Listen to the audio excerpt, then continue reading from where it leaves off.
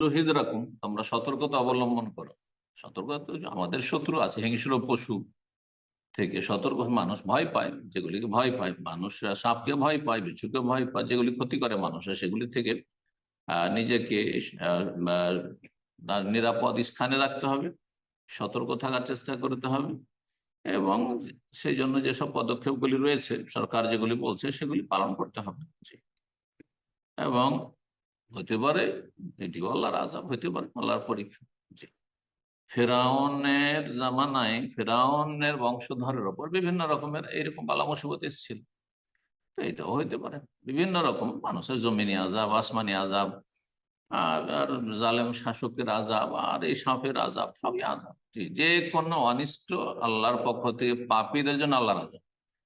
নেক মানুষ, ভালো মানুষদের জন্য, ভালো মানুষ তারপরেও যদি এইরকম সম্মুখীন হয় বালা মুসিবতের, তাহলে এটি আল্লাহর পক্ষ থেকে ইবতিলা, পরীক্ষা।